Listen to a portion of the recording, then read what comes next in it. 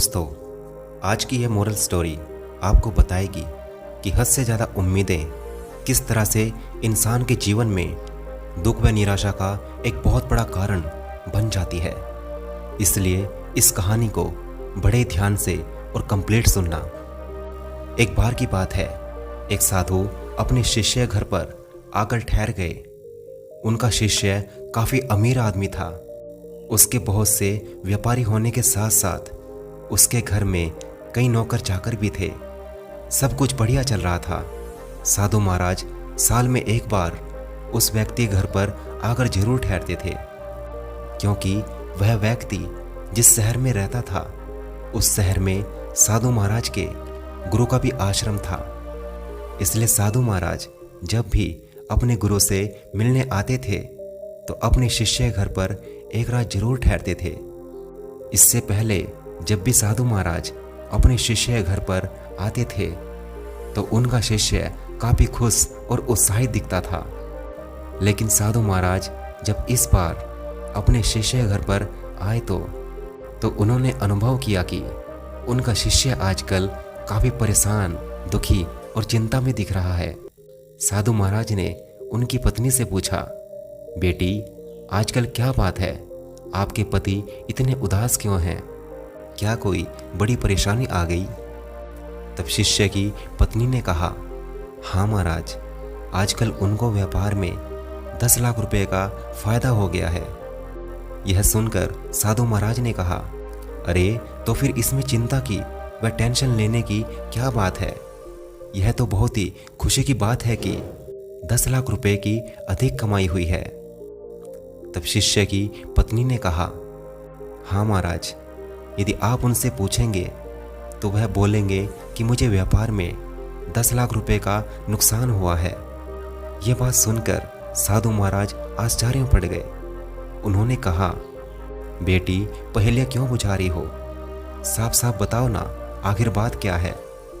अभी बोल रही थी कि 10 लाख रुपए का फायदा हुआ है और फिर बोल रही हो कि बिजनेस में 10 लाख रुपए का नुकसान हो गया। तब शिष्य की पत्नी ने हंसते हुए कहा, हाँ महाराज, मैं बिल्कुल सही कह रही हूँ। मेरे पति को फायदा और नुकसान दोनों एक साथ हो गए हैं।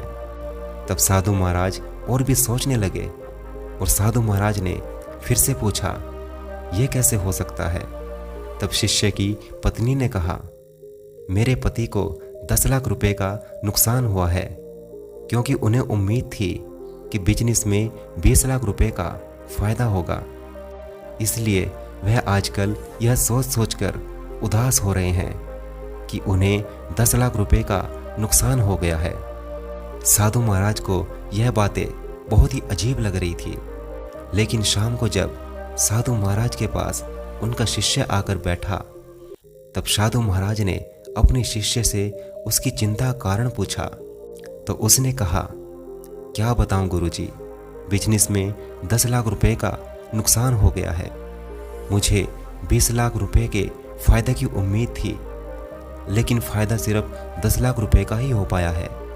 ये सभी बातें सुनकर साधु महाराज मुस्कुराए और मन ही मन सोचने लगे, इस इंसान का ध्यान अभी भी 10 लाख रुपए के नुकसान की तरफ ही है, लेकिन जो 10 लाख रुपए का इसको फायदा हुआ है उस तरफ इस व्यक्ति का ध्यान ही नहीं है, क्योंकि यह इंसान केवल उम्मीद पर ही टिका था कि मुझे 20 लाख रुपए का फायदा ही होगा।